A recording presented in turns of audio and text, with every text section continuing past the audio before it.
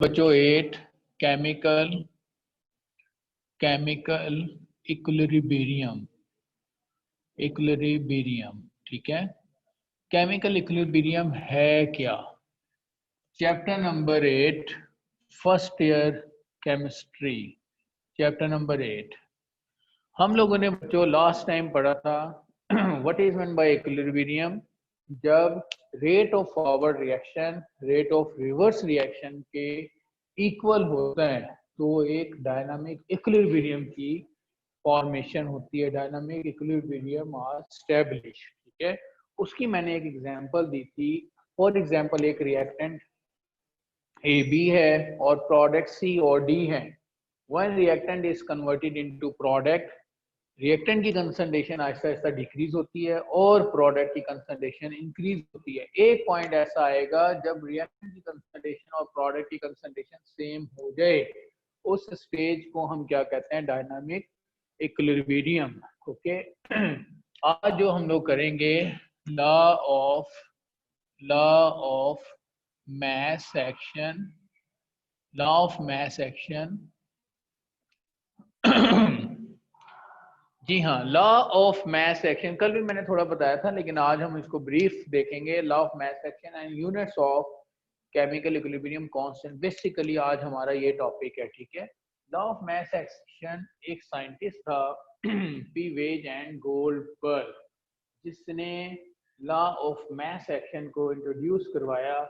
इसने कहा कि rate of reaction is directly proportional to the concentration of the active masses of reactant. आप लोगों ने बच्चों जनरल बेसिस पे देखा होगा, जिसके एक्टिव मैसेज ज्यादा हैं उसका रेट ऑफ रिएक्शन उतना ज्यादा स्पीड अप होता है। जिनके एक्टिव मैसेज कम है उनका रेट ऑफ रिएक्शन क्या होता है? स्लो होता है। तो it's mean rate of reaction is directly proportional to the concentration of reactants, ठीक है। अब हम देखते हैं जनरल बेसिस पे एक जनरल इक्वेशन है, a plus b is converted into a c plus d। a और b क्या चीज है? रिएक्टेंट हैं। c और d बच्चों क्या है? प्रोडक्ट। हम लोग देखते हैं rate of forward reaction is directly proportional to the concentration of reactant, directly proportional to the concentration of reactants, जिसमें reactants है क्या? A और B। Clear? Rate of forward reaction को हम RF से भी शो कर सकते हैं। RF directly proportional to the concentration of A and concentration of B। Okay, sign of proportionality को बच्चों जैसे हम रिप्लेस करेंगे, RF is equal to KF concentration of A and concentration of B। This is equation number 1। ये कौन सी equation आ गई? Equation number 1। उसके बाद हम लिखते हैं rate of reverse reaction, rate of reverse reaction directly proportional to the concentration of products C and D। अब rate of reverse reaction को R directly proportional to the concentration of product हैं क्या बच्चों? C और D है। Sign of proportionality को जैसे आप रिप्लेस करेंगे तो KR concentration of C and concentration of D। This is equation number 2। इतनी बात समझ आ गई है? According to chemical equilibrium, according to chemical equilibrium constant, according to chemical equilibrium, we know that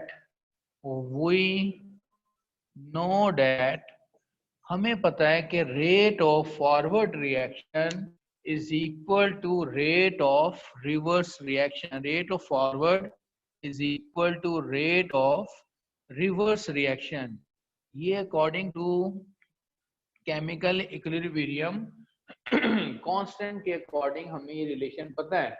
तो इसका मतलब इक्वेशन 1 और 2 को कंपेयर करेंगे जब R F is equal to R R, तो इसका मतलब इसका आंसर इसके आंसर के बच्चों क्या होगा, इक्वल होगा। तो हम लोग क्या लिखेंगे, K F into concentration of A concentration of B is equal to K R concentration of C and concentration of D. इतनी बात समझ आ गई है। के आर यहाँ पे मल्टीप्लाई, दूसरी तरफ जाकर बच्चों क्या हो जाएगा, डिवाइड।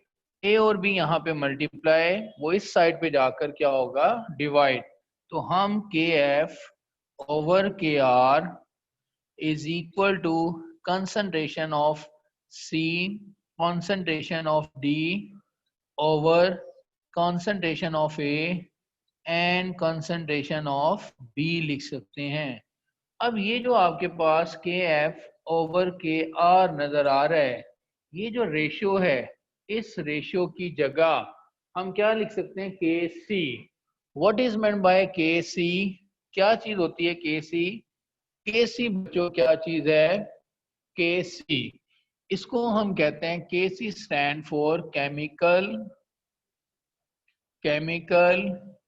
Equilibrium constant. क्या कहते हैं इसे, केसी को केमिकल इक्विलिब्रियम कांस्टेंट। तो हम क्या लिखेंगे, K C is equal to concentration of product over concentration of reactant. Product की जगह concentration of C D over concentration of A and concentration of B. अब इस केस सी की जगह ओवरऑल हम लिख सकते हैं concentration of product over concentration of reactant. ठीक है, इतनी बात बच्चों को क्लियर हो गई। ये जो इक्वेशन मैंने लिखी है, ये इक्वेशन हमारे पास आई किसके according, according to law of mass action. Once again सुन लें, एक जनरल इक्वेशन है आपके पास, a plus B is converted into a c plus D. A और बी क्या है, रिएक्टेंट्स, सी और डी बच्चों क्या है, product. Rate of forward reaction directly proportional to the concentration of reactants. Sign of proportion, इसी तरह rate of forward reaction is represented by R F directly proportional to the concentration of reactant. जितनी rate of forward reaction maximum होगा, reaction goes in a forward direction. If we replace sign of proportionality, we can represent this kf। Sign of proportionality को जैसे आप replace करेंगे तो बच्चों क्या आ जाएगा, kf। rf is equal to kf into concentration of A and concentration of B। This is equation number 1। Next हम करते हैं rate of reverse reaction directly proportional to the concentration of product. Rate of reverse reaction को R R directly proportional to concentration of C and concentration of D. Sign of proportionality को replace करेंगे तो के are आ जाएगा। तो it's mean chemical equation क्या बनेगी, R R is equal to K R concentration of C and concentration of D. This is equation number 1 and this is equation number 2। Now we know that according to chemical equilibrium constant, we know that rate of forward reaction is equal to rate of backward reaction। जितना reaction forward में होगा उतना ही reaction backward में होता है। ये chemical equilibrium constant का समझ लें एक प्रिंसिपल है। तो rate of forward and rate of reverse both are equal. तो फॉरवर्ड की जगह फॉरवर्ड का रिलेशन, रिवर्स की जगह रिवर्स का रिलेशन। के आर मल्टीप्लाई इधर आके डिवाइड, ए और बी मल्टीप्लाई इधर आके divide. The ratio of K F and K R, this is represented by K C. What is meant by K C, chemical equilibrium constant. तो K C is equal to concentration of C concentration of D over concentration of A and concentration of B. अब मैं जो बार बार एक word use करूं concentration, ये जो brackets हैं, ये जो स्क्वायर ब्रैकेट्स हैं, स्क्वायर ब्रैकेट्स किस चीज को रिप्रेजेंट कर रही है? कंसंट्रेशन को। अब वो कंसंट्रेशन बेशक रिएक्टेंट की है या फिर प्रोडक्ट की है, तो ओवरऑल रिलेशन हमारे पास क्या आ गया? Kc is equal to concentration of product over concentration of reactant. इतनी बात क्लियर हो गई है? अब हम इक्वेशन को थोड़ा सा मैं चेंज करने लगा हूं। चेंज कैसे होगा? अगर मैं एक जनरल इक्वेशन लिखता हूं, A plus B is converted into a C and D। अब इसके लिए भी रेट ऑफ फॉरवर्ड रिएक्शन क्या होगा बच्चों? Directly proportion to concentration of reactant, A के ऊपर स्मॉल ए, कोफिशिएंट्स जो हैं, coefficient is converted into its power. Coefficient किस में बच्चों कन्वर्ट हो जाएंगे? पावर में। बी के ऊपर small B, sign of proportionality को रिप्लेस करेंगे, R F is equal to Kf concentration of A and concentration of B. This is equation number 1. Now, rate of reverse reaction directly proportional to the concentration of product C small c D small d. Sign of proportionality को replace करेंगे तो Kr into concentration of C and concentration of D. Is it clear? This is equation number 2. According to dynamic equilibrium, we know that rate of forward reaction is always equal to rate of reverse reaction. कि जितना rate of forward reaction होगा उतना ही rate of reverse reaction होगा। इसमें भी fill कर सकते हैं, नहीं तो मैं सेपरेट कर देता हूँ ताकि आपको ज्यादा इजी हो जाए। ठीक है, अब इसी इक्वेशन से आगे फर्दर मैं लिख रहा हूँ, गौर से जरा बच्चों देखते जाइएगा आप लोग ताकि आपको सारा क्लियर हो जाए। पैटर्न सारा इसका जिस तरह अभी हमने किया सेम एज इट इज वही है। ठीक है, हाँ जी। अब स्टूडेंट्स अब आप लोग चेक करें, मैंने लिखा rate of forward is equal to rate of reverse. तो फॉरवर्ड का क्या रिलेशन आ रहा है? K F concentration of A, concentration of B is equal to KR concentration of C and concentration of D। KR multiply इधर आके divide हो जाएगा, KF over KR is equal to concentration of C, concentration of D। ये जो coefficients हैं, coefficient is converted into its power. Coefficient को बच्चों मैंने किस में कन्वर्ट कर दिया? इनकी पावर में। Concentration of A and concentration of B. ठीक है, अब इन दोनों की जो रेशियो है, this ratio is represented by K C. What is meant by K C? कौन सा स्टूडेंट बताएगा के सी क्या है? हाँ जी, वो लास्ट वाला स्टूडेंट सोच रहा है केसी मीन कनेड कॉलेज। केसी का मतलब यहाँ पे कनेड कॉलेज नहीं पढ़ना। केसी का मतलब क्या है? Chemical equilibrium constant. K C stand for chemical equilibrium constant. ठीक है, तो K C is equal to concentration of product over concentration of reactant। Is it clear?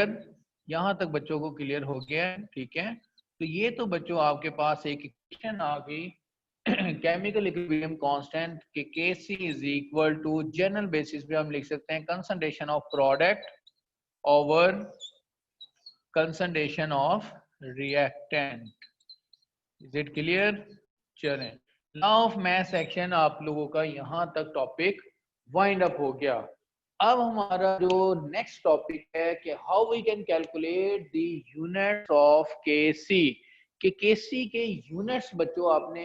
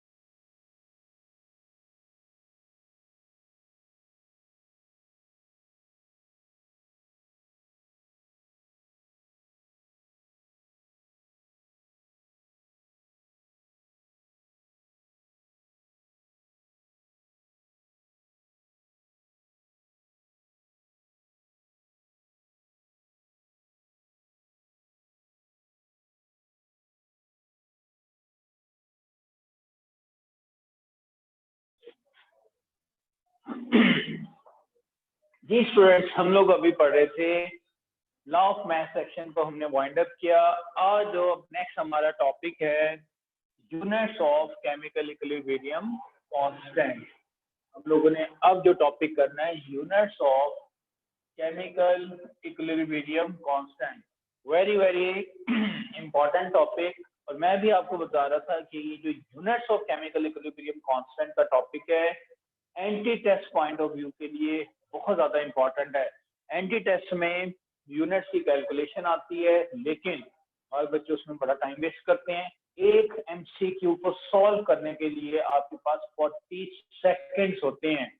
अब आपको मैं पहले एक पैटर्न वाइज बताऊंगा कि आपने यूनिट्स को कैसे कैलकुलेट करना है, और उसके बाद फिर एंटी टेस्ट के हवाले से बताया जाएगा कि अगर एंटी टेस्ट में किसी भी रिएक्शन में यूनिट्स पूछे जाएं, उन यूनिट्स को आपने कैसे शॉर्टकट पैटर्न से सॉल्व करना है। ठीक है, तो टॉपिक हमारा है यूनिट्स ऑफ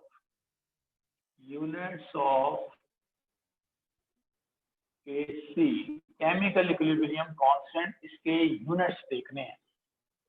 हम डिफरेंट एग्जांपल्स देखते हैं। एक एग्जांपल रिएक्शन में लिख रहा हूँ CH3 COOH. What is the name of this acid? Acetic acid, vinegar, सिरका जिसको कहते हैं, acetic acid. This is also called as ethanoic acid. When acetic acid is react with ethanol C2H5OH in the presence of acidic media H positive, acid की presence में reaction करवाते हैं, तो यहाँ से होगा क्या बच्चों, H और यहाँ से OH। H और OH मिलकर क्या बनेगा, वाटर। और जो प्रोडक्ट है CH3 COO C2H5 plus H2O, ethyl acetate. ये जो इथाइल एसीटेट है दिस इज कॉल्ड एस्टर। क्या कहते हैं इसे, एस्टर। अब हमने इसके केसी का यूनिट लिखना है। इसका यूनिट क्या होगा, मोल पर डेसीमीटर क्यूब। इसका भी बच्चों क्या होगा, मोल per decimetre cube.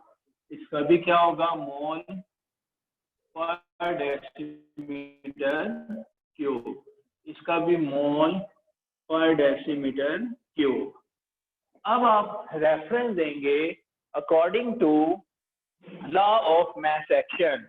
Law of mass action में हमने रिलेशन पढ़ा Kc is equal to concentration of product over concentration of reactant. Concentration of product over concentration of reactant. Product की जगह, इसी से नेक्स्ट स्टेप में लिखता हूँ, प्रोडक्ट की जगह आप ये लिख सकते हैं, क्या लिखेंगे, CH3 COO C2H5, ठीक है, और साथ क्या है, water H2O, divided by reactants की जगह बच्चों क्या लिखेंगे, acetic acid and ethanol. Plus का साइन नहीं लगाना, जब कंसंट्रेशन लिखेंगे तो प्लस नहीं लगाना, प्लस लगा दिए तो एग्जामिनर पूरा क्रॉस कर देगा। तो CH3 COOH एसिटिक एसिड, ठीक है, और यहाँ पे क्या आ जाएगा, इथाइल अल्कोहल C2H5OH। क्लियर। अब इसका यूनिट देखें, Kc मैंने एज इट इज लिखा, इसकी जगह इथाइल एसीटेट की जगह हम क्या लिखेंगे, मोल per decimetre cube. Okay, next water की जगह भी हम क्या लिखेंगे, उसका भी नजर आ रहा है, मोल पर डेसीमीटर क्यूब, ठीक है जी, डिवाइडेड बाय एसिटिक एसिड की जगह भी आप क्या लिखेंगे, मोल पर डेसीमीटर क्यूब, और साथ इसके लिए भी क्या लिखेंगे, मोल पर डेसीमीटर क्यूब। अब ये मोल पर डेसीमीटर क्यूब इस मोल पर डेसीमीटर क्यूब से कैंसिल हो गया, ये इससे कैंसिल हो गया। It's mean they have no unit. इसका बच्चों इस रिएक्शन में इसका कोई यूनिट नहीं होगा। अब ये नहीं आपने कहना chemical equilibrium have no unit in all reaction, ऐसा नहीं कहना। रिएक्शन टू रिएक्शन ये डिपेंड करता है। कुछ रिएक्शन में इसका यूनिट होगा, और कुछ रिएक्शन में they have no unit. Okay, अब देखो 40 सेकेंड में एंटी टेस्ट में आपने आंसर देना था, तो हमें तो कितना टाइम लग गया। अब इसका शॉर्टकट क्या है वो भी थोड़ी देर बाद बताऊंगा, ठीक है। ओके, एक और इक्वेशन देखते हैं, PCl 3 प्लस Cl2, ये सेकंड एग्जांपल है। एग्जांपल मैं सेकंड दे रहा हूँ, ठीक है, यानी रिएक्शन की। When PCl3 is react with Cl2, then it is converted into a PCl5, ठीक है। इसका बच्चों react unit mole per decimetre cube, इसका भी मोल पर डेसीमीटर क्यूब, इसका भी मोल पर डेसीमीटर क्यूब। ओके, अब इसमें होगा क्या, Kc is equal to concentration of product over concentration of reactant।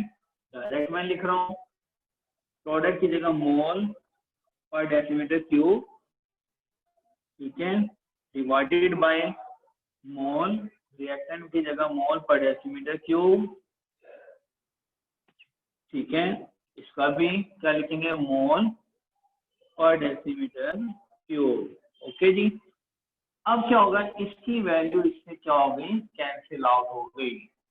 इसमें क्या हो जाएगा, 1 ओवर मोल पर डेसीमीटर क्यूब, ये वैल्यू बची। अब इसी को डिनोमिनेटर से नोमिनेटर में जैसे जाएगा, पर मोल और डेसीमीटर क्यूब, पर डेसीमीटर क्यूब माइनस था तो plus decimetre cube. This is the unit of Kc। ये Kc का आपके पास एक यूनिट आ गया, ठीक है, समझ आ गई बच्चों। तो इस तरीके से हम Kc के यूनिट को प्रॉपर तरीके से फाइंड आउट कर सकते हैं। एक और एग्जांपल मैं आपको दे रहा हूँ, फिर मैं आपको असाइनमेंट के तौर पे कुछ इक्वेशंस लिख के दूंगा, आपने उनके बच्चों यूनिट्स को कैलकुलेट करना है। एंड में मैं आपको शॉर्टकट पैटर्न बताऊंगा कि आप with in a second unit को कैसे कैलकुलेट कर सकते हैं। ओके जी, अच्छा नेक्स्ट मैं लिख रहा हूँ,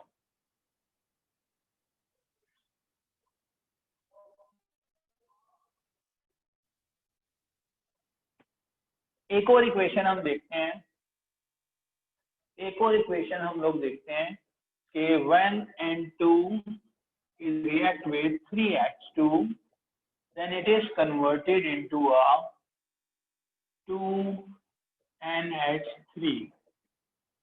कि when nitrogen is react with hydrogen, जब नाइट्रोजन और हाइड्रोजन को बच्चों हम रिएक्ट करते हैं तो अमोनिया की फॉर्मेशन होती है। This reaction is called Haber synthesis, Haber process भी कहते हैं। ये reaction iron oxide Fe2O3, aluminium oxide Al2O3 as a catalyst 450 degree centigrade temperature और 200 atm प्रेशर की प्रेजेंस में होता है। ये सारा एज अ कैटालिटिक मटेरियल है जिसकी प्रेजेंस में ये रिएक्शन होता है। अब हमने इसका निकालना है यूनिट। इसका यूनिट क्या है, मोल पर डेसीमीटर क्यूब, इसका भी मोल पर डेसीमीटर क्यूब, इसका भी मोल पर डेसीमीटर क्यूब। एक चीज मैंने भी बताई थी, याद होना चाहिए आपको, जो कोफिशिएंट्स हैं, coefficients are converted into its power. Coefficient बच्चों किस में कन्वर्ट हो जाएंगे, पावर में। तो Kc is equal to concentration of product, product की जगह मोल पर डेसीमीटर क्यूब, इसका क्या आ जाएगा, स्क्वायर, ओवर यहाँ पे यूनिट क्या आ रहा है, मोल पर डेसीमीटर क्यूब, ठीक है जी, और यहाँ पे भी क्या आ जाएगा, मोल पर डेसीमीटर क्यूब का कोफिशिएंट 3 है तो क्यूब आ जाएगा। तो 3 + 1 क्या हो जाएगा बच्चों, 4। इसको हम यूं लिख सकते हैं, मोल पर डेसीमीटर क्यूब का स्क्वायर ओवर मोल पर डेसीमीटर क्यूब इंटू मोल पर डेसीमीटर क्यूब। जब बेसिस सेम हो तो पावर्स क्या होती हैं, ऐड हो जाती हैं। इसके ऊपर 3 है, इसके ऊपर कुछ नहीं तो 1, 3 + 1 4, 4 को हम यूं भी तो लिख सकते हैं, इसका भी स्क्वायर लिख देते हैं, इसका भी स्क्वायर लिख देते हैं। क्यों लिखा? ताकि ये पूरी वैल्यू इस पूरी वैल्यू से इजीली क्या हो जाए, कैंसिल आउट हो जाए। तो आंसर क्या आ जाएगा, Kc is equal to 1 over mole square decimetre की पावर -3 टू द 6। अब डिनोमिनेटर से इसको नोमिनेटर में ले देंगे, पर मोल स्क्वायर और डेसीमीटर की power +6। This is a unit of Kc in the case of ammonia. ये तो था बड़ा लॉन्ग, 40 सेकेंड्स का टाइम है, तो कैसे करेंगे, इतना लंबा टाइम हो गया। अगर लॉन्ग में आएगा तो इस पैटर्न से। अब मैं शॉर्टकट बताने लगा हूँ। आपके पास सबसे पहले पता होना चाहिए नंबर ऑफ, ये लेफ्ट साइड वाली रिएक्टेंट्स है, राइट साइड वाली प्रोडक्ट। नंबर ऑफ मोल, इसी रिएक्शन को मैं शॉर्टकट पैटर्न बता रहा हूँ। Number of moles of reactants, reactant के नंबर ऑफ मोल्स 4 है। नंबर ऑफ प्रोडक्ट कितने नजर आ रहे हैं, 2 हैं। डेल्टा एन क्या चीज होती है, number of moles of product minus number of moles of reactant. Product 2 -4, तो डेल्टा एन क्या आ गया, -2। इतनी बात समझ आई है बच्चों को? हाँ जी, डेल्टा एन आपको कैलकुलेट करना आना चाहिए। अब कोई भी रिएक्शन आ जाए, आपने लिख देना है कि mole per decimetre cube into delta N. अब इस इक्वेशन के अकॉर्डिंग डेल्टा एन तो हम निकाल चुके हैं। क्या डेल्टा एन निकाला है, -2, तो लिख दें मोल पर डेसीमीटर क्यूब इंटू -2। तो क्या डायरेक्ट आंसर आ गया, मोल डेसीमीटर की पावर -6 आया वही आंसर के नहीं? हाँ जी, क्लियर हुई बात के नहीं? ये बच्चों ट्रिक, इसके तो बड़े पैसे लगते हैं, इसके लिए ये एंटी टेस्ट में सिखाया जाता है। ये शॉर्टकट पैटर्न है कि एंटी टेस्ट में इस पैटर्न से हमने यूनिट्स को कैलकुलेट करना है, और वैसे जनरल मेथड से यूनिट्स को इस तरीके से करेंगे। इसमें देखो कितना टाइम लगा, और ये शॉर्टकट मेथड। कोई भी रिएक्शन आ जाए, जिस तरह हमने पहले पढ़ा था, acetic acid is react with ethanol, then it is converted into ethyl acetate plus water। उसमें number of moles of reactants भी 2, प्रोडक्ट भी 2। तो डेल्टा एन क्या आ जाएगा, प्रोडक्ट में से रिएक्टेंट माइनस क्या, 2 - 2 0। तो किसी भी चीज की पावर 0 आ जाए तो इट्स मीन 1 कोई यूनिट तो नहीं है, तो इट्स मीन उस रिएक्शन में दे हैव नो यूनिट। तो यहाँ तक बच्चों आप लोगों ने इसकी अच्छे तरीके से प्रैक्टिस करनी है। बाकी कल इंशाल्लाह फिर हम नेक्स्ट टॉपिक करेंगे। ओके, चलिए ठीक है। ओके बच्चों, अल्लाह हाफिज, टेक केयर, इसको अच्छे तरीके से